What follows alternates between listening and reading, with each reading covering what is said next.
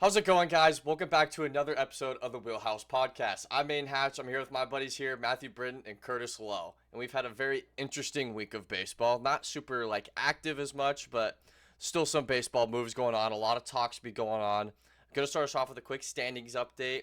As of right now, the Yankees and the Rays are tied at first place. The Yankees came back down a couple of games in the division, crawled off, just won a game today against the Red Sox, got themselves back tied, while the Rays are slumping towards their downfall a little bit. AL Central, the Guardians still hold first place by 2 games. White Sox are still holding up over 500 by 4 games. They're 34 and 30. Tigers still 10 games out.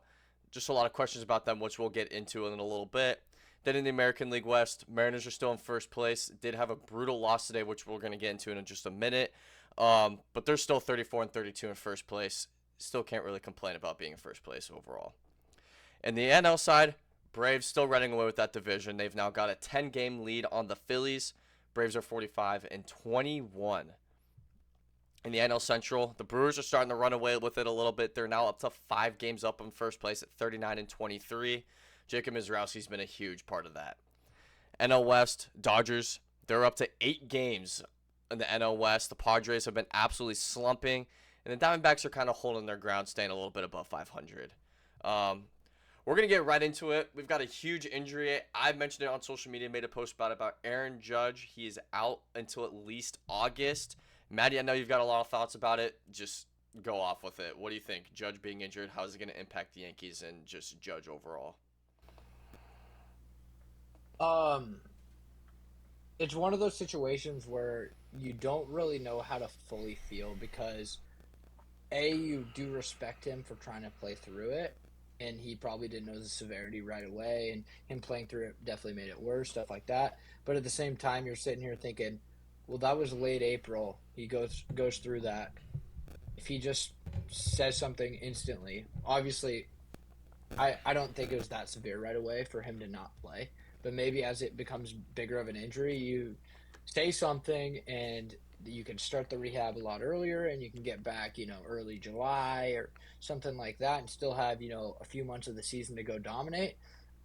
Instead, he waited till June to say something about it. Um, and now he's probably not going to be back until, at the very best, late July, if not later, because he's nothing for 4 to 6 weeks. Then it's going to be a long ramp up, and they're definitely not going to rush him back. Um, Especially knowing that if this team has any hopes of winning the World Series, you need Aaron Judge to be Aaron Judge. So I think the stats really reflected him being hurt. I think if you really look at the splits, I said on last week's episode that he had one of his worst slugging months of his career last or May of 2026, and that's completely reflected. And now we know, oh, he was playing through an injury the entire time. And you look at the stats, you're like, this isn't Judge. Is he just slumping? Is he getting old? What is it? Now we know what it is. In a way, it's kind of a sigh of relief for me as a Yankees fan, knowing oh, he's not getting old and is just not the same player. He was just playing through something that was very much hindering his ability to play well. I think the team as a whole, it's a little bit complicated. I think Derek Jeter had a quote about it yesterday that the starting pitching for the Yankees is the best that it's been in a long time, and it's arguably the best in the league. Even looking at the 5 they have going right now, even without Max Fried, they still have a dog every single game shoving. So I think they're going to be able to win them games. The run production and run producing without Judge in the lineup just feels abysmal. You're asking guys to step up into bigger roles, and you're asking guys to play more like themselves. Josh Chisholm's had a terrible start. But you look at the guys like Rice and Bellinger, and you say, wow, they've played great. They need to keep it up. But it just becomes such a big deal if one of those two slumps. When you have Judge, you can count on consistency and run producing. Guys are going to be on base. He'll hit the ball to the yard, all that good stuff. Better pitches for the guys in front of him as well. But without him, if you see one Rice slump, and the Yankees' top of the order has no production, and their middle of the order has been lackluster, and don't even get me started with the bottom of their order. I don't even want to speak about that because I don't have anything nice to say, and my mom told me if you don't have anything nice to say, don't say anything at all. So I'm going to choose to not say anything at all about 7 through 9. But overall, the team as a whole, They might be screwed, but that's also just kind of I'm a Yankees fan and I'm pessimistic about it. But at the same time, like if he does come back and be judged, this is probably the best chance they'll have to win the World Series. So Yeah, Yeah, I was gonna back off that as well. It's just hard not having Judge in that dugout period. I mean, he's such a staple to that Yankees team. Um, the pitching's been great. Their expected ERA, they're first in the league, so they're pitching amazing. Um, but when you have Judge and Rice carrying the power, and you had Jazz and Trent Grisham, they hit what was it, 65 home runs combined in 2025. Now they're on pace for 37 this year. I mean, it's not going to get it done. You just got to hope that the pitching staff can hold, stay afloat, and some of those lineup pieces start putting it together. Um, but you gotta just try and stay afloat until Judge gets back. That's my best way to put it. yeah, it's just weird because I mean, well, the one thing that we've talked about, I feel like, is Ben Rice is the one that's kind of putting up those Aaron Judge type numbers. Like his OPS is over 1,000, hitting 300, hitting all the homers. He's been one of the more producing guys for that team. And I mean, we saw him break out last year, but this is him really just fully breaking out, like having an unreal type season where he could finish with 40 bombs this year. Bellinger, I mean, he could finish with 30, 25, 30 homers. But kind of like you said, Matty, though, too, I agree with like one of those guys slumps and the lineup all of a sudden becomes razor thin. Especially one if you're in a close game and you have to handle with that bullpen, which has been struggling. Bednar hasn't really been the closer that you kind of saw last year, and he had his moments because he was fantastic when the Yankees got him last year. He was the one guy out of all those relievers they got that really stepped up, and he just hasn't been that guy this year. Um, just the bullpen, I feel like, is in a weird spot. I think that's where I'm worried the most for the Yankees, but I also think that they can solve that really easily by getting a couple guys at the deadline because there's going to be plenty of relievers that are going to be available in the next month and a half or so. So it's going to be very interesting. I don't think the Yankees are as screwed as you might think they are. I think they'll be fine considering like you got to catch the Rays, and I think the Rays are kind of starting to fall off like a little bit in the sense of like they don't really hit a lot of homers, and in today's game, if you don't really hit a lot of homers, it's just really hard to keep like winning baseball by just playing small ball or doing different things each day. Because I mean that's just kind of how the game's evolved now. Um, but at the end of the day, I mean losing a star player like Judge, you're instantly screwed no matter what. But I mean, at least Stan's coming back. I mean, you don't really know what you'll get out of him, but one of the things that I saw was whether Judge can even play in the outfield in the future. Like, how often can they risk his body being out there? Like, are they going to move him to first base? When are they going to have him DH? Because at some point, his health and him, like, the best thing that you can want from him is to be available and play 162. And the best way you can do that is you've got to find a way to keep him healthy. So it's just going to be weird how the Yankees handle Judge from here on out. yeah, I want to talk about the bullpen really quick. And a lot of Yankees fans would completely disagree. I'm not worried about the bullpen at all when it's coming when we're talking about coming down the stretch and in the playoffs because of this reason of you're going to get freed back. In the playoffs, you need four starters, and some of those guys are going to go to the pen. Maybe they work out, maybe they don't. But at the end of the day, in the playoffs, you're pushing your starters as far as they can, and if Flittler's going shutty, that means your bullpen needs less innings. But also, your high leverage bullpen guys are going to be available every day of the playoffs, and they're going to pitch more and be asked to get more outs. So, in my opinion, if you have three, four, five guys who are dependable in the bullpen in the playoffs, you can go out and win. And do they have that amount on the roster right now? No. But I would argue that, when you push two of the starters to the pen, it's probably going to be Warren and Weathers in the playoffs. Those are two solid arms, obviously. They've had great seasons, one lefty, one righty, so it helps matchups firstly. Secondly, if a starter doesn't do very well, they go 4 or 5 innings, you could get 2 or 3 innings out of one of those guys before handing the ball to somebody else. So I think the bullpen is mainly only worrisome for the regular season, and the Yankees obviously have aspirations of making the playoffs and going deep. So I'm not too worried. I think they have options in the system. I think they're still gonna like try and find a good trade suitor and bring in a guy or two, but I think it's a little bit less of a dire need than some people are saying it is, um, because of the reason that down the stretch, you're going to push your starter more. You're going to say, hey, Cole, can you go 120 when you're seven shutty? It's going to be a different ball game, but at the same time, like the Yankees have their major flaws, and I think without Judge, they're just more glaring. Yeah, it's just a weird spot. I mean, I think overall the Yankees will be fine. I just think the Rays aren't as threatening as the Blue Jays were last year, especially the Blue Jays just went on an insane run, and I just don't really see that with the Rays. I just think if the Yankees can play, realistically, the Yankees play 500 ball until Judge gets back, or a little bit over 500, they should win the division in my opinion. That's kind of how I see it.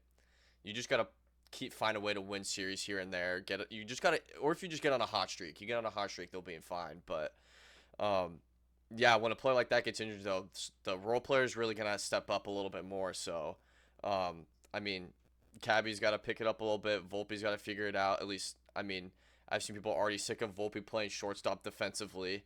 I mean, very interesting. Ryan McMahon. I mean, Almond Rosario should be playing every single day. I don't know why he hasn't been. It's just, I just think McMahon has nothing really or much left in the tank. But that's just my opinion. I think Stan coming back will be good, but how many games can he really play? Like, how are they going to use him? It's just going to be weird. Just a lot of questions for the Yankees. Overall, I think they'll be fine.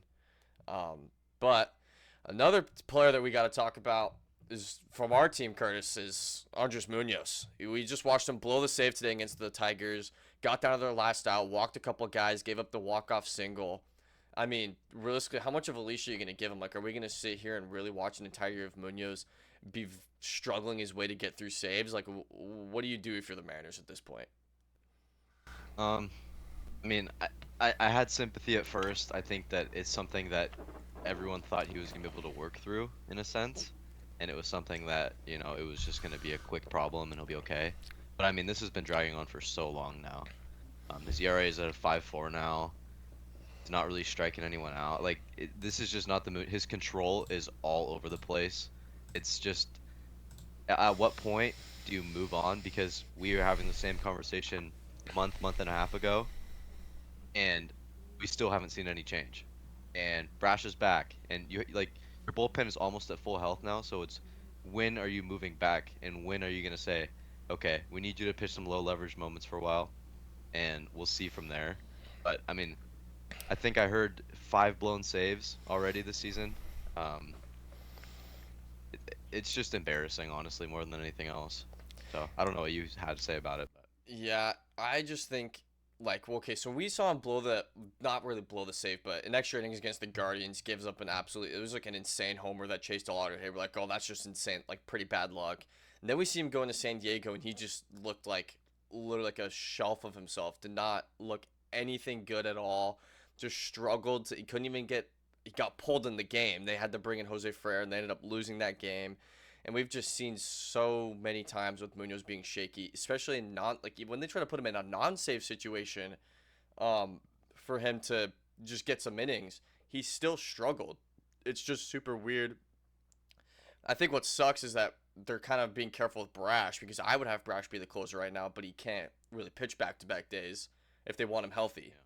So it's tough. I mean, it just feels like they kind of just have to fluctuate by matchup. Like, I could see Jose Ferrer getting save opportunities, and I think he should, because I mean, I think outside of Brash, Ferrer's been our best reliever by far. Through his 32 appearances, he's got a 1.5 ERA. Nobody would have thought we would have gotten that kind of return for Harry Ford, especially with how controversial people. Are you sure? I feel like I literally said in our friend group chat when Harry Ford got hurt, you said, "What are we doing?" I said, "I guarantee you, this is calculated, and this guy's going to be good. I guarantee it." And guess what? I didn't think 1.5 ERA good. Yeah. I thought he was going to be a good pitcher. Yeah, exactly. I thought we would have been fine. I would have been like, all right, you get like a 3 ERA. That's kind of what I was thinking, anywhere between 2.75 and 3.35. I'm like, okay, that's a pretty good season. I take that deal. But a 1.5, like nobody saw that coming at all. Like, I'd say him and Brash are our 2 best relievers. I mean, even Bizarro's I think he's hovering around sub 2.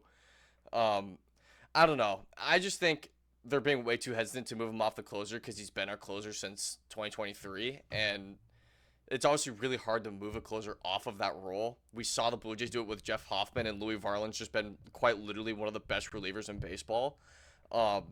So I don't know. I think they got to make that move, and the longer they wait, it's just going to hurt us even more. So it's just unfortunate. They should have won that game today, should have won the series, should be going to Baltimore 3 games above 500 with a 3-game lead, but doesn't work out that way. think overall the Mariners will be fine. They just won 8 games in a row and just have won like 9 of 11. So overall in that stretch, you can't complain. It should be 10 of 11 in my opinion. That's kind of it. Maddie, if you were the Mariners, are you pulling Munoz off the closer situation? What would you do if you were the Mariners? If I'm the Mariners, I'm doing something similar to what the Blue Jays did, which was initially they went off of Hoffman, but they didn't crown a guy. They said we're gonna do closer by committee, and Varland kind of just got the role because he hasn't given up pretty much any runs this season, which is, I mean, he's been unhittable. You saw it in the playoffs last year. He was like the most used reliever in baseball in the playoffs, and he just answered the call every time. So I think that's probably what I would do, especially since Brash isn't fully built up and they don't feel comfortable with him going back-to-back days. You just say, hey, we're going to do by committee. Brash will throw a game. Then, hey, maybe the next day it's Spire goes. Maybe the next day it's Ferreira goes. Bizardo gets a chance or two. I'm not as high on Bizardo. I think he needs to stay in that 6th inning, maybe 7th inning role. I mean, sometimes 8th inning. I think his stats are a little bit less telling than if you watch the games, because there's been a handful of games I've watched that they get a little bit hairy, or he comes in a spot and he gives up somebody else's runs, gives up like a 2-run double. You know what I mean? But it's just one of those where I think in my opinion, I think between Brash, Spire, the occasional Munoz, and Ferrer, they should be able to close out games plenty. You just can't stick to a guy who's blown 5 chances in the first third of the season. You just can't. I understand there's loyalty, but there's also winning ball games. You're in first place, but you're still hovering at just above 500. We're talking about a division that's terrible. If you go on a run, you can get up 10 games easily. 100%. 100%. I mean, they were even like hesitant to move Castillo off of the starter role, so I just don't know how they're gonna. I mean, obviously it's easier to move a closer off of that out of that spot, but I don't know. They definitely need to do it, and hopefully it's sooner than later. But I mean, to be fair, the Mariners are still top 5 in bullpen ERA, so that's still pretty impressive. But like you said, numbers don't always tell the full story. It's had a lot of shaky moments, but overall the bullpen's still been just fine. Like realistically, when you have Bizardo, Brash, Munoz, Spire, and Furr, that's 5 guys that you could put in high leverage. Like you don't really see a lot of teams with even 3 guys that you could put in high leverage. So the fact that you have 5 guys that you can mix and mingle between 6, 7, 8, and 9 innings is pretty damn impressive. It doesn't really get better than that. But they still got to move Munoz off because there's 4 other guys that are outperforming him, and they're just not using those guys to their best advantage. I do agree, though. Bizardo should not be closing games, but he should be a high leverage guy, just still a high leverage guy. So, yeah, I think one team I want to talk about that's been scuffling completely is the Padres. I know we kind of talked about it a little bit before the pod, looking at just teams that have been kind of struggling a little bit. Padres, they're 2-8 in their last 10. They're still 3 games above 500, but they're 8 games out of first place. And if we look at the NL playoff standings right now they have the 6th seed, but I mean, there's a lot of teams that are outside looking in, ready to take over that spot for the Padres. How worried are you guys about the Padres out of like 1 out of 10? Do you guys like? I mean, Tatis and Machado have been a huge problem, I think, for the Padres. Just what do you guys think? How worried are you guys on those Padres? Yeah, I mean, we kind of touched on it, I want to say a few weeks ago. But that offense is just so non-productive. They're last in so many different offensive categories: runs scored, average, OPS, all of that jazz, right? And that's not a foundation you can build on and become a better team. Their bullpen's great, so there's no doubting that. But I mean, you can't win games if you don't score, and it's that simple. I don't really know how else to put it, but they're gonna keep sliding if they can't wake up the bats. Yeah, my panic meter, if we're saying 10's high, I'm putting it at like a 7, 7.5. And part of that is because of, on paper, you look at the lineup and you see Tatis, you see Machado, you see even like Ramon Laureano had a great second half last year. You see Bogarts, you see these other guys who are solid baseball players. Gavin Cheats has been good this year. Ty France is having a great year for them. He's hitting something like 280 and has like an 800 OPS, which I didn't expect at all. But you see guys on paper and you say, all right, that lineup's got to be producing. However, Machado's bottom five in the league in average. We know how badly Tatis has struggled to get the ball in the air and get it out of the ballpark. And although he's still playing solid defense and hitting for an okay average, Tatis is not near he's not nearing his full ability if he's not driving the ball, hitting doubles, hitting homers, and bringing runs home. So at the end of the day, it's kind of an embarrassment for the Padres to sit here with how good of a bullpen they have that's really carried them. And look at how bad the offense has been. And honestly, I've been a hater of their starting pitching the whole way. And they're still getting decent outings out of guys like Walker Buehler, Griffin Canning, Lucas Giolito. They're getting solid outings out of guys who at this point in their career are just journeyman arms. And they're just wasting it a lot of nights by not scoring any runs or scoring one run or scoring two runs. And it's one of those situations where you're sitting here saying, like, they just traded a top five prospect in baseball for Mason Miller. And yeah, their bullpen's awesome. But now you're sitting here saying, like, are we going to have to sell at the deadline? Are we going to have to move off of some of these high leverage pen arms to get some guys back to rebuild? Because at the end of the day, you sit there in the NL West and you say, well, we got to be better than the Dodgers. And they're far from it. Yeah. Just looking at some of the guys' numbers. Jackson Merrill this year is hitting 200 with a 603 OPS, 6 homers. Machado's hitting 171 with a 604 OPS, has 11 homers. Tatis, yeah, he's hitting 274, slugging 668 and has 1 homer. He's got his first homer of the year. It was like last week. It was against the Nationals. 450 feet. That was his farthest homer since 2021 where he hit 41 bombs. But now he's got 1 homer this year. Ramon Laureano's out for the 60-day IL. Miguel Andujar, who they signed this offseason, I mean, yeah, he's doing fine. 253 batting average, 700 OPS. Another guy for pitching, like you said, Randy Vasquez has been another guy who's been just fine.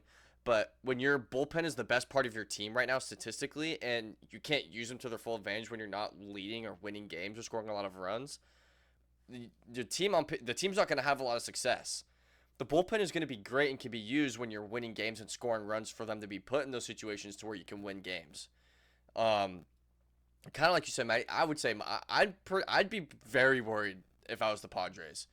Because for Machado, he's struggling mildly this year. Like, this is just a bad year for him. And how much worse is he going to get? They still have him signed through 2030 and beyond. He's going to be 41 when his contract's up. There's no way in hell the Padres should be sitting there getting to age 37, 38, or even the next couple of years and saying, yeah, we're still going to carry that contract. They got to find a way to offload it somehow, some way. Tatis is hitting his prime years, and he's not even putting up numbers that he should be right now. It's just a team on paper that's looks good. When you look at it on paper, it's great. But the numbers, when you deep dive into it and look at the numbers, it's not great at all. Another guy, Xander Bogaerts.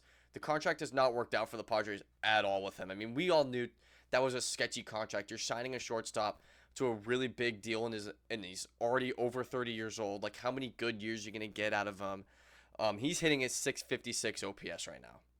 So just not a lot of guys that are driving in runs, not a lot of guys that are slugging for that team. And when you don't slug, you're not going to win games.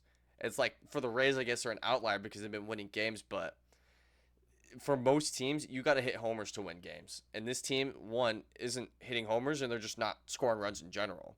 I think I just saw 3.7 runs a game. They're not scoring 4 runs a game at all. That is horrible. Their pitching is only allowed 4 runs a game, which is pretty good. But when you are, 3.7 runs, that's worse than the National League. I feel like that's all there is to say about that.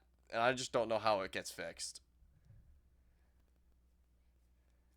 Yeah.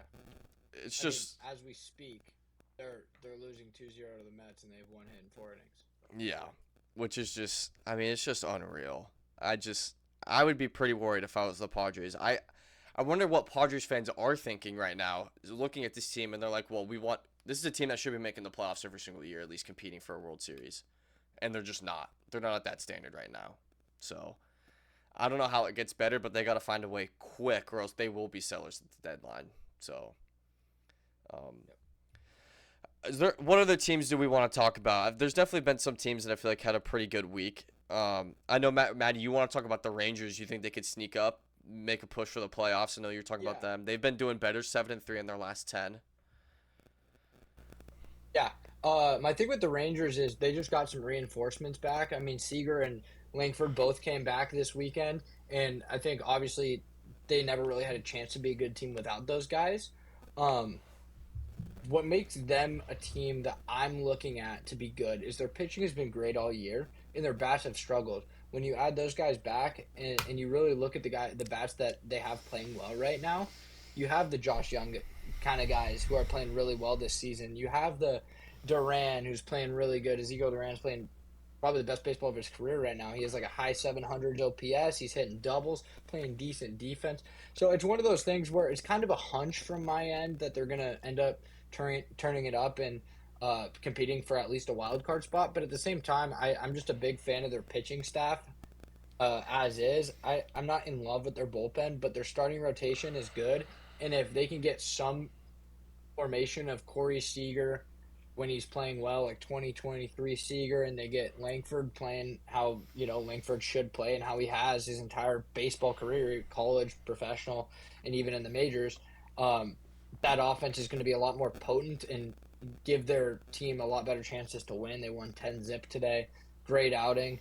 I mean, yesterday they got shoved on, but it's one of those situations where I I like kind of believe in them, but I also feel like it's like marginal. Like I could see it, but is it going to come to fruition?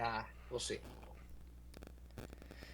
Yeah, I think that's a pretty well constructed baseball team overall. I mean, you've got the rotation, you've got the lineup pieces, right? Like, it feels like they have a couple pieces just barely missing, but on paper, they look like a really well put together team. Yeah, I'm just looking at some of the numbers. Ezekiel Duran's got a 797 OPS. He's hitting 290. So that's just a huge breakout season from them, and definitely something that they needed with the injuries that they've had this year. Josh Young's looking like he's got a chance. He's got a pretty good case to make the All-Star team. If I can find his numbers, I thought he was, when I last checked, he was hitting around 300. Jock Peterson's bounced back after just, I mean, like a forgetful season last year. He's hitting a 791 OPS. He's got 8 homers. Brandon Nimmo, I would say he's been very serviceable for that team when he's been playing. 728 OPS. I mean, they have the pieces. Like, on paper, that's another team that looks pretty good on paper. Last year, they severely underperformed last year when they had one of the best rotations in baseball last year. It kind of reminded me of the 2024 Mariners where they pitched super well last year, but didn't have any offense, and they kind of doubled down on the deadline last year by getting Merrill Kelly and saying, we're just going to ride or die with the starting rotation to the playoffs, and it ended up backfiring. But this year, they're getting a lot more balance from their team. The lineup is finally doing better than like they should. Jake Berger's doing good, 10 homers, 705 OPS. I feel like watching that game, they're just getting different guys contribute at different points of the year, it feels like. So it's good to see for them. Jack Leiter is doing good. Mackenzie Gore, like their rotation's pretty solid. While the numbers don't look great, they have a pretty decent 4-man rotation right there that they can go out there and shut for 6 innings at any given point and keep them in that ball game. So, I think we've talked about it. I've always said that I feel like the Rangers were going to be the biggest threat to the Mariners in that division, and I think it's going to be like that throughout the entire season and the rest of the way. It's just how can the Mariners fight off the Rangers, and how are they going to match up with them? We saw the Rangers sweep the Mariners in Texas. The Mariners won a series in Seattle. So it feels like it's going to be those two teams as like the two-headed dragon going for first place in that division. So going to be interesting to see what happens. What other teams have we had done well? It feels like it was a really weird week in baseball. Like there wasn't any teams that stood out. One player we want to talk about, Pico Armstrong. He's hitting like 350 in the last 15 games. He's got like 10 homers. He's just been going absolutely nuclear. Yesterday against the Giants, Saturday, he hit 2 homers, both game-tying homers in the 6th and the 9th inning. I mean, he's just been on an absolute heater. His season overall numbers are up 791, 11 homers, 259 batting average. I mean, he just looks like he's gotten way more plate discipline than before, because we're used to seeing him swing and miss a lot. Yeah, I have one of those stats pulled up. His walk rate this year has doubled compared to last year, so he's seen the ball better.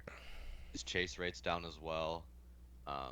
I think it's just him maturing a little bit. I mean, he's still 24 years old. I mean, he's got plenty of time to be the superstar that a lot of people think he can be. Um, just such a great week. His last 10 games, you talked about 15. 10 games, he's batting 419 with a 1.3 OPS. And that's such a mature plate approach. Like that is just amazing. Um, and the one thing I do want to touch on the negative side is a couple of these defensive plays. I'm kind of getting flashes of Jaren Duran. Um, and I'm not sure how to take it because PCA has obviously been one of the best defenders in the league now ever since he came in. Um, I was just gonna ask you guys, are you worried about these defensive mishaps he's had, or are you not worried at all? I'm not worried at all. I mean, his outs above average are top of the league because he makes the 10% catch probability catch. He just makes it on his 100% feet fine. without diving. So, I mean, there has been a handful of like pretty bad plays he's had, but at the same time, he makes so many miraculous plays. I'm not really worried personally.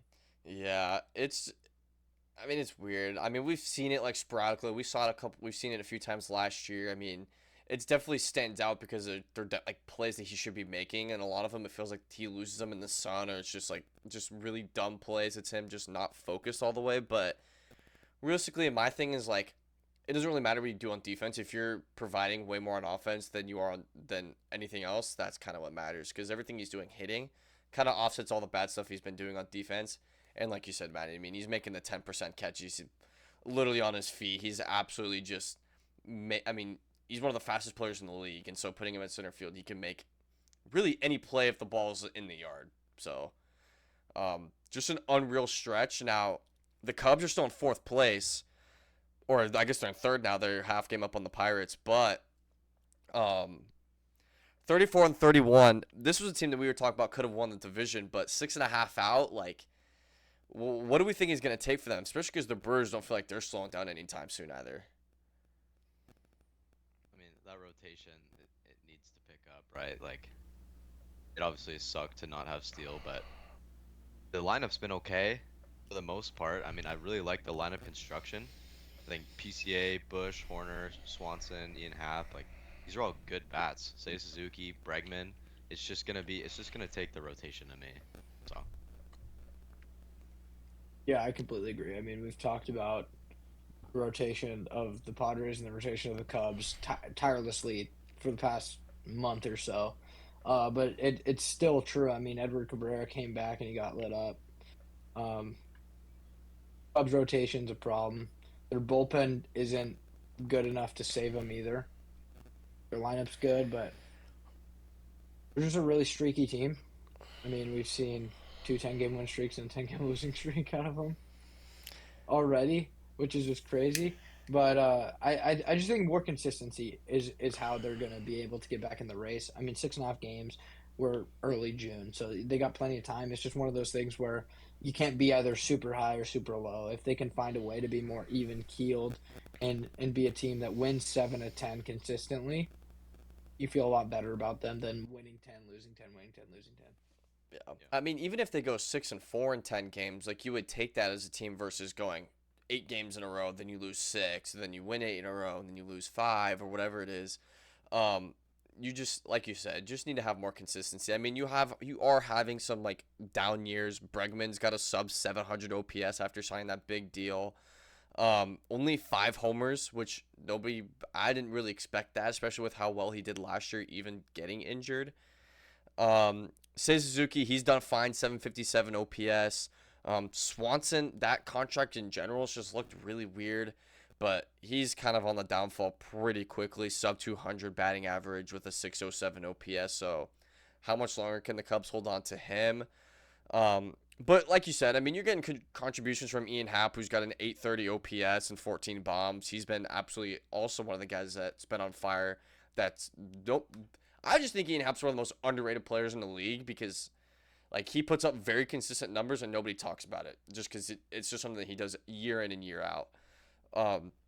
Michael Bush, he's got a 766 OPS, only 6 homers. I kind of thought he would have had more than that, but he's still producing. It kind of feels like PCA, Ian Happ, and Bush are the 3 main contributors, and Nico Horner, I would say. But yeah, the rotation's weird. Ben Brown at the 1.74 ERA, but yeah, the Cubs are going to need to get some pitching at the deadline. But even that, I just don't know if it's going to be enough to even like win the division. I think they can make the playoffs if they get some help, but how are they going to stack up against other playoff teams? I just don't see that team going far. Um, there any other players, any other teams? That's the one thing that we want to talk about of the Brewers. Jacob Mizorowski against the Rockies. We all saw the sequence. Goes in the seventh inning. What was he? Give up a base hit or walk the guy. They were getting ready to pull him, and Mizorowski's like, no. I'm staying in this game. I'm a dog. Come on now. I allowed one earned run all month of May. You're gonna pull me right here. Punches out the next two guys. Like that kind of mentality is insane, and that's kind of what you love to see out of a first place team who's slowly starting to run away with it. 4.5 games up. I mean, we talked about Daniel Cy Young race last week, but I mean, Mizorowski is just one of the most unhittable pitchers in baseball that we've probably ever seen. Yeah, he's unbelievable. I think it starts with just pounding the zone with his fastball. I mean, it's such a good pitch, and no one can hit it. And I love that he attacks with it, and he knows that no one else can hit it. I think that keeps him healthy too. I think he obviously throws 103 whenever he wants, but just attacking the zone with fastballs keeps his pitch count down and less stress. So I've been loving his season so far, though. I think he's unbelievable. Yeah, no, I love pitchers who have mentalities of going deep into games and they don't want to come off the mound until it's already like the manager goes up and tells him, "Hey, you're done." Like that's the best feeling ever. I'm a big fan of when players say like, "No, I'm good." He walked a guy and gave up a single. So he walks a guy. Here's the seat. We already went over the sequence. They're thinking about pulling him. So you would think like, "Oh, if he gives up a base runner, he's getting pulled for sure." Gives up a hit, and he instantly, right away, tells Pat Murphy, no, I'm good. I'm completely fine. And you're sitting here, and I see what Pat Murphy's thinking too. I mean, they're also playing at altitude, which is something that you're not really used to if you don't play there every single game, and it can be really tough and provide injuries. It can be really tough endurance wise and provide injuries because your body gets tired quicker and you're not used to breathing as heavy as you normally are in your home stadium and stuff like that. So I understand what Pat Murphy's thinking, but Mizorowski says no. I'm at 90 pitches, like I'm staying in this ball game. Punches the next two, gets through 7. Um, he's been absolutely awesome. But the one downside I do want to talk about is a really scary moment that happened in that game. He hit Tyler Freeman in the head with, I believe it was a cutter, but it was up at 99 in the head, and that was just one of the scariest moments you could possibly see. I mean, you could tell right away that he was so distraught, and for Tyler Freeman to get up and walk off the field was awesome and good to see. It's just one of those situations that nobody wants. You don't want to hit anybody in the head, but you especially don't want to hit anybody in the head with anything above 90 miles an hour. I mean, that was a scary moment. I really hope Tyler Freeman's all right. Yeah, I mean, having all the feel and everything's great, but you lose one pitch slips off the hand, and you can send somebody out for a long time. I mean, the fact that the amount of times that we've seen it just over the years, it sucks. It's an unfortunate situation, but I think having to mentally bounce back from that too, if you're the pitcher, just any pitcher in general, having to mentally bounce back from that is pretty impressive. Um, just looking at Mizorowski's updated numbers, 1.5 ERA. He leads the MLB in Ks at 116. I mean, we talked about him potentially being the only guy in this era that can get 300 strikeouts. Don't really know how it's going to look nowadays. I just want to see how his K numbers look at the end of the month, but 0.81 whip, pretty insane for a starting pitcher. He's only allowed 4 homers. You know, like imagine being one of those 4 guys that hits a homer off Jacob Mizorowski right now. I wonder what those people are thinking right now. Like I just hit one of the best pitchers in baseball. Yeah, him, and if you like compare his numbers to Christopher Sanchez, I mean those two are like the 2 top dogs in like the Cy Young race. Like him, those two, and Shohei Ohtani. Otani's got the lowest ERA through 10 starts in MLB history with a sub-1. It's like 0.74 or something like that. Man, there are so many guys in that Cy Young race. There's so many guys that can win it. Do we think Otani's the front runner in the Cy Young race? I want to get into that before we get into the other stuff. Do we think Otani's the front runner despite having less innings than the other guys? I really don't think so. I think what Sanchez is doing and what the Miz is doing, I think it definitely overtakes them. I haven't looked at the betting odds of those three guys, but if I had to guess, I would say Sanchez is probably the favorite right now. Yeah, Maddie, I'm curious what you have to say about it. This is such a tough scenario because you're looking at three guys and you have to really decide what you value. And you could look at Sanchez and you look at his ERA, which is comparable to Miz, and innings, which is most of all of them, and Ks are solid. And you could value the innings, you could value the streak of no runs, or even the streak of him going 7 every game. Or you could look at Miz and you value the punch outs and he's not giving up hard contact, his whip is ridiculously low. And maybe you value, he only gives up 0.81 whip, which is amazing. Less than a runner per inning pitch, which is outstanding for a starting pitcher. Or you could look at Shohei and you're like, there's not a better pitcher in baseball at preventing runs than Shohei Ohtani right now. And sure, he's done it in less innings, and I talked about last week that his BABIP is ridiculously low, and I believe that his numbers aren't going to stay this low because he will get unlucky at some point and give up a bloop double, and then it scores a run or two. And I still stand by that, but until I see that happen to him, you're sitting here saying we have a guy who's well below a 1 ERA. It's really, really difficult to decide who's winning that race right now, and I think the voters are very happy that we're only a third of the way through, because if the season ended today with these kind of stats, there's going to be 2 people who deserve it and are going to win. Yeah. I totally agree with what you're saying. I mean, it's such a fun race. As you were talking, I did pull up the odds. Christopher Sanchez is the favorite, and then Miz, and then Skeens, and then Ohtani. So That is kind of interesting in my opinion. I don't know about Skeens nowadays. I haven't looked at his updated numbers, but Ohtani has 25 less innings than Christopher Sanchez. He's got 61 innings pitched, and Christopher Sanchez is 86 and a third. Let me pull up Mizorowski's real quick, because I think he's around 80 innings too. Yeah, he's at 78, so a little less innings than Sanchez, but having 25 less innings, I feel like, is a lot. Like, that's like 3 starts. He's 3 starts of innings right there, which I guess the numbers will kind of be a little bit closer towards the end of the season, and it's also Ohtani, so you got to be careful with his arm after 2 Tommy Johns.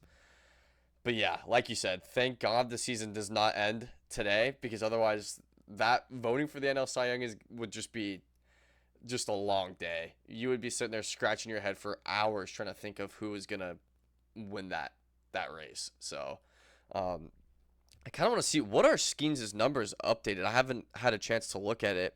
He's got a 3.09 ERA, so I wouldn't say he's got a chance. I don't know how those odds give him still pretty good numbers, but yeah. It's just projections. I mean, we all know what he's capable of. To this point, everyone knows that he's a bulldog on the mound, and he has the capability to go out and throw 7-8 innings and just dominate every time he goes out. Obviously, he's had some skids, like his last start against the Astros, 4 2/3, 3 runs. You can't do that against an Astros lineup like that, but I think they're just projecting that he'll be okay. Now, speaking of the Astros, I think now is a good time with the deadlines coming up. So I know we want to talk about some deadline moves, guys that could potentially be getting moved. Maddie, you think Jordan's going to get traded? Just what do we think about that? Like, who we talk about who could be the. I don't think he's gonna get traded. I would say the percentage he does is like 20%. But I think if he does, it's gonna be the biggest trade in baseball since Juan Soto. Bigger than like. The first Soto trade. First Soto trade of the Soto Padres. to the Padres. Yeah. Do you think so? If both Jordan and opinion. Skubal get traded, that Jordan would be a bigger trade? Like, it'd be a way bigger trade in the grand scheme of things than Skubal. I think it would be a bigger return for the Astros than what the Tigers are going to get. I think people are coming to the realization that Skubal, is worthwhile. But he's only worthwhile for a few teams, first of all. And second of all, I think that regardless, if they both get traded, you're looking at a position player with control versus a pitcher who's on an expiring deal. And I think that's really where it boils down, where the return is going to be different. I think the Astros could completely reset their timeline with one Yordan trade. And Yeah, so agreed. I also believe that if they move off Jordan, they're also clean house with Pena, and I'm sure they move one other guy. But I mean, I'd imagine one. I think the Astros would rather want to build a team around Jeremy Pena, especially with the year that he had last year. I know he's just had a. It's just I just think that they could build around him way easier. I think a guy that's more realistically that could get traded is Isaac Paredes. There was a lot of talks of him even in the middle of spring training that he can get traded. There was teams that were interested in him. I think there's gonna be a lot of teams looking out for him. One, because teams need third baseman and they need guys that can hit homers. So it's just interesting to see what's gonna happen. I'm interested to see what a Skubal trade would look like. Realistically, like what kind of players are getting traded? What positions are like? What would the Tigers want in return? And what are teams even willing to give up? Because you're getting 2 months for Skubal, but a team that gets Skubal, you could be a World Series favorite all of a sudden. Any team that gets Skubal he could single-handedly win you a playoff series. Um, I think at minimum it'd be like a 4-for-1 deal, and you would need like a top 5 prospect, a couple of MLB pieces, and then another sort of prospect or another player. But if you guys were in a deal talking about Skubal, what do you think the kind of return the Tigers would be getting? it's so tricky because, like, I mean, it's obviously a rental. Um, I still think they get valuable prospects rather. And I think that the team that trades for Skubal will also obviously be looking to re-sign, and I think that they're willing to give up more than what should be given up. I think people they highly value what Skubal's value is, even for a rental. Just like you said, how valuable he is to a playoff series. Like you saw it last year in that ALDS. He was so important to that team, and it's valuable to any competing team. And I think they would pay a pretty penny. And I think there's gonna be each offer from different teams is slowly gonna get better and better. Um, it's just so hard right now because he's rehabbing. It's like we don't know who he's gonna be when he comes back. We can expect that he's gonna be the same player, but if he's not full health, it's like, how much are you paying? So it's a tricky question. I think there's a few factors that show up in this. And one factor I want to talk about first, just get it out of the way, is the fact that he has Boris as his agent. And it's going to be really tough to re-sign because obviously Boris is going to want a lot of money, and you're going to have to compete with the markets that really want to pay for him. You're going to look at the Padres, the Dodgers, the Yankees. You're going to look at the Mets. You're going to look at those teams who are willing to pay big money for him in free agency. So for a team to trade for him, I think the rental piece really needs to make sense for them because the odds you bring him back may not align the same way that you think they are when you trade for him. Secondly, I want to talk about the fact that the his injury, the loose bodies, he had a piggyback. I mean, not a piggy, a guinea pig rather, way of dealing with it. They tried something new on him that we don't know if it's going to be sustainable or not. Carlos Rodon had the same injury, and he had his surgery, which held him out longer, which meant that he missed a portion of the start of the season for the Yankees. Skubal instead, I forgot exactly what they did in terms of fixing it, but he kind of is trying something new medically with his injury to see if he can get back quicker. And if that backfires, if he's A, not the same pitcher, or B, not healthy, any trade package might just go in the rear view. I don't think they're going to get very much of anything for him. They're going to wait till free agency when they can get their medical team on him, hands on, and see him throw in person and stuff like that. I think it's one of those situations where teams are preparing a package, but they don't know if he's the 2-time Cy Young back-to-back guy that he's been the past few years. Yeah, I know the Tigers apparently said they're not interested in trading Skubal, which if I think is a mistake because I would see it as like Ohtani when the Angels should have traded Ohtani and they didn't because they cared way more about the ticket sales and whatever Otani brought to the team, even though they were just god awful. The Tigers are in a similar situation. Granted, Skubal's been injured, like you said, and everything else, but like when you're in last place, you're realistically the Tigers aren't going to make the playoffs. In my opinion, I know how bad the American League in general is, but I just don't think that team is good enough to come back down so many games and leap over so many teams. Um, but yeah, I think that's why Skubal is trying to come back though, because if they were to trade him, team's got to see if he can actually pitch, and we're gonna find that out pretty soon. I mean, he had his rehab today, went 5 innings, 16 whiffs, six strikeouts, and 54 pitches. So I mean, he looked pretty fine in his rehab, and granted it's rehab, but just seeing that kind of dominance, getting himself back ramped up is pretty good to see. Um, it's going to be a huge deadline, especially if those guys are genuinely getting traded or teams are making serious offers. But like you said, the team that gets him, it's a rental no matter what, unless you can miraculously re-sign him, which could be very difficult. And one, you're taking on the back half of $39 million or $30+ million, whatever that Skubal's getting paid this year. Yeah, it's going to be a very interesting deadline for honestly both Jordan and Skubal, because the Astros also aren't good either. And the Astros, their best chance, like you said, is to blow it up. I know they talked about Hader being a big piece that could get traded. I know he's back from the injured list. And so, I mean, there's going to be a lot of teams that need bullpen. So Hader being on the block is pretty smart, especially with that deal. Like, you're going to be getting another 3 years, I think it would be 2 years. I think it's 2 years you would get of Hader after this one. So, like, that's still pretty serviceable for a left-handed guy. Like, that's pretty good. I know the contract might be a little steep, but somebody would be willing to take it on.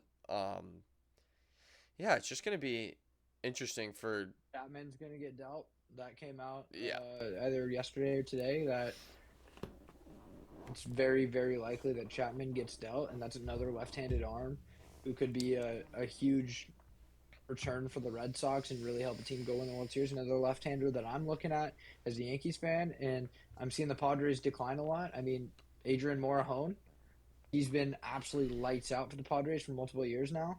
But if the Padres are going to blow things up or even somewhat blow things up at all, I think he's going to be one of the first guys to go, as he's obviously not their closer. They have their closer, but like, he's an expendable middle to late high leverage reliever, left-handed, who's going to be able to get big outs. And I think there's going to be a lot of teams that would be interested in paying premium for that. Yeah, I was just gonna bring up Chapman. I I don't see where he would go. Obviously, it'd be a playoff team. I think the Braves would probably be the favorite as of right now. Um, but another guy I wanted to talk about was Buxton. You saw that the Twins didn't want to move off of him last year, and I think that that was a mistake. I like that he wants to stay in Minnesota, but the team is in such a bad spot, and given what they've got going on, I think it's best to move. But what I've heard is that Atlanta is where he's from, and that's really the only place that would make sense to him. They already have Michael Harris, and he's been an extremely good player. He's got 863 OPS this year, 306 average. He is hitting the ball well. So in theory, it makes sense for Buxton to move, but there's not a team that he would want to go to besides the Braves, and the Braves have that filled up spot. So we'll see what they do with him. Yeah. I mean, I'm pretty sure for Buxton now, he doesn't even have a full... I don't think it's a full trade clause anymore. I think it's only a 5-team no trade clause. So I think it's 5 teams where he would be told that he doesn't want to get traded to. But I think it's more on the other side of if the Twins are actually willing to trade him, which I think they should, because they can actually get some pretty good value off him, even with his age and the injury history. Not to be like a Mariners homer, but the Mariners absolutely could 100% try to make a deal with that. I don't know what his contract looks like or what the money would look like, but that would instantly be arguably one of your right fielder, DH, whatever it be, because there's not going to be a crazy amount of right-handed bats available. Another guy that's probably going to be available at the deadline is Taylor Ward. I just know there's so many teams that need right-handed hitting with how just I feel like the numbers just overall for right-handed bats haven't been that good this year. So I feel like Taylor Ward's gonna be another name to look out for the next month or so. I feel like there's other guys that we have missed that could get traded in other positions, but I can't think of them off the top of my head. There's probably gonna be a lot of like guys that we didn't even think that could get traded that will. Um, so it's gonna be interesting. I mean, it's really I feel like gonna be a bullpen heavy deadline this year. Um, and I feel like also a lot of teams are going to try to get right-handed bats that need it, but there's not that much available. Like if we look at the free agent, if we look fast track all the way to the end of the year, the best bat available at the free agent market is going to be Randy Rosarena this year, who's had an unreal season so far. Um, and I think there's not to disrespect Randy because he's had a great year, but that's not like a super strong bat that you can sign for 5+ years.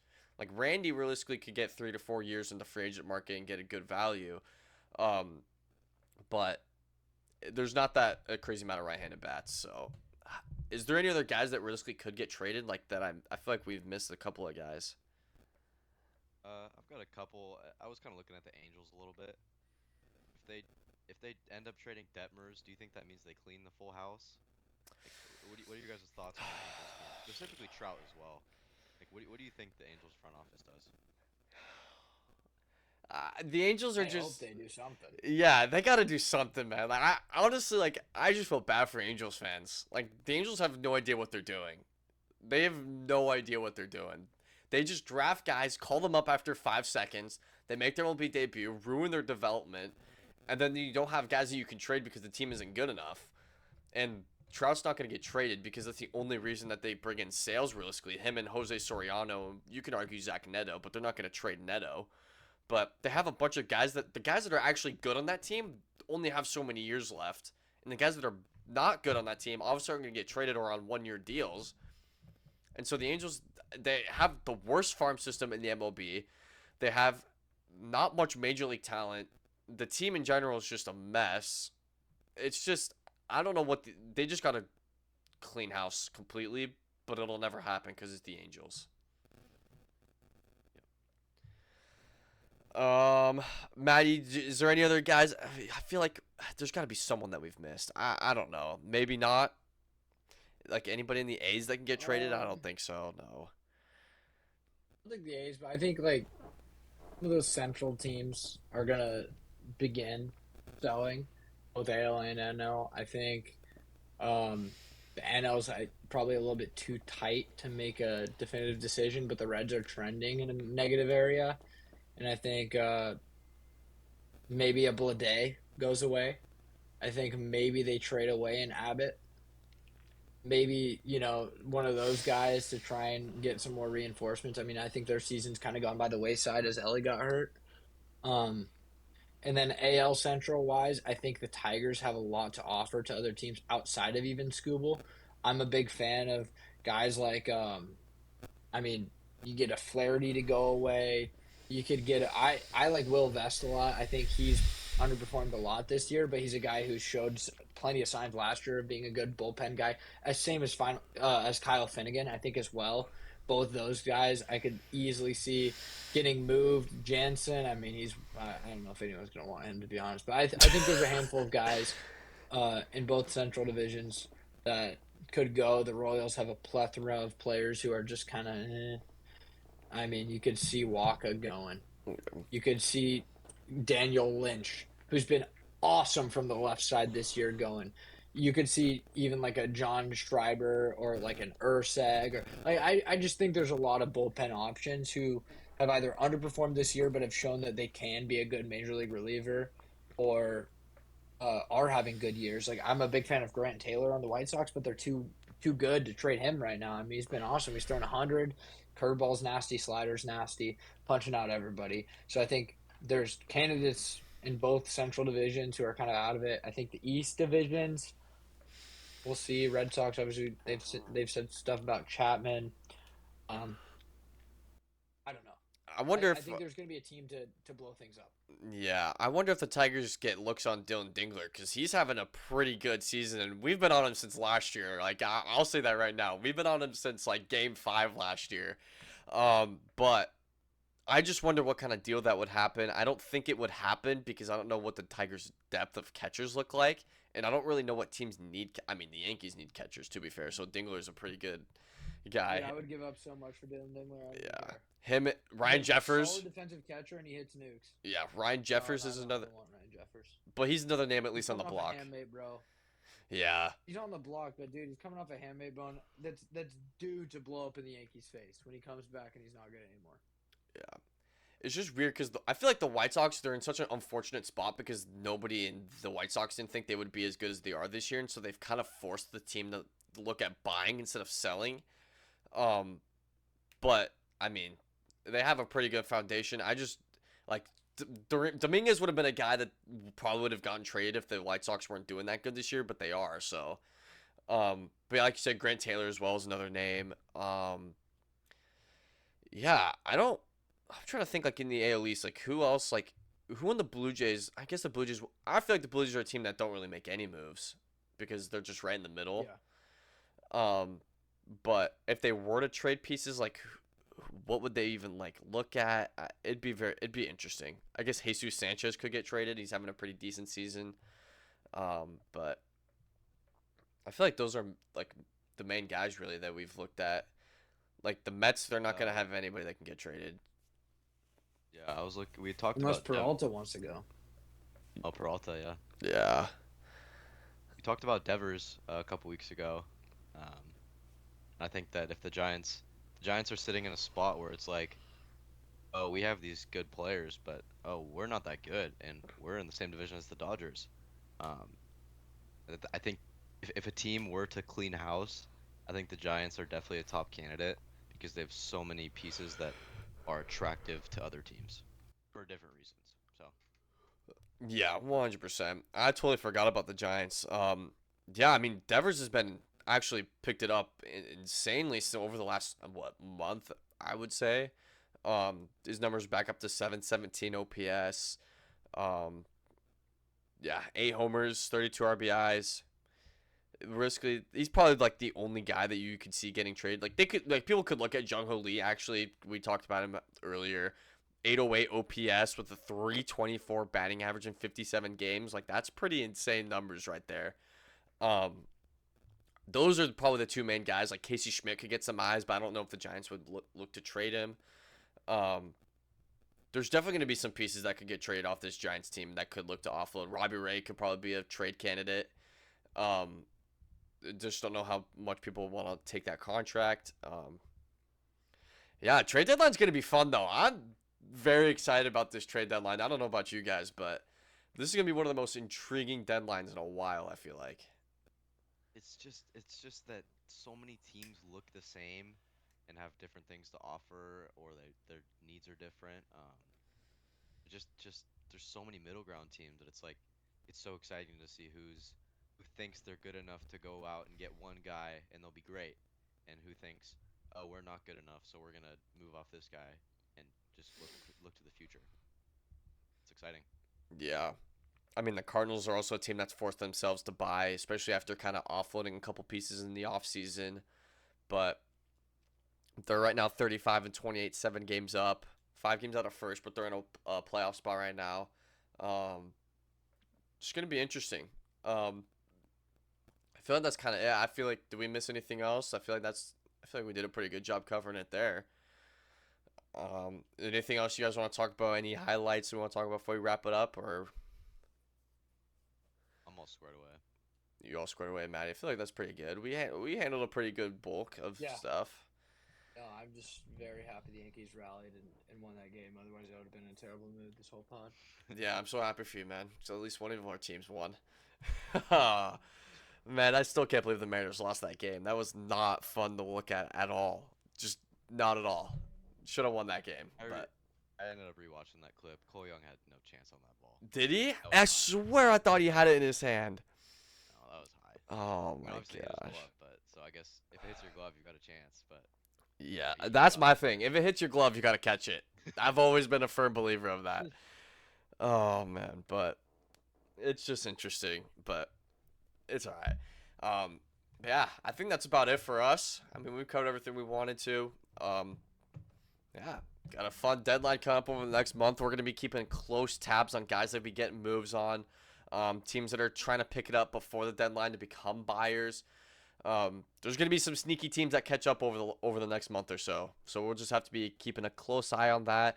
But yeah, just an overall fun week of baseball. Not like a crazy, like newsworthy week, but just some teams moving around the standings. And with the deadline coming up, we're hitting June now. Teams are like we're seeing the identities of these teams. So yeah.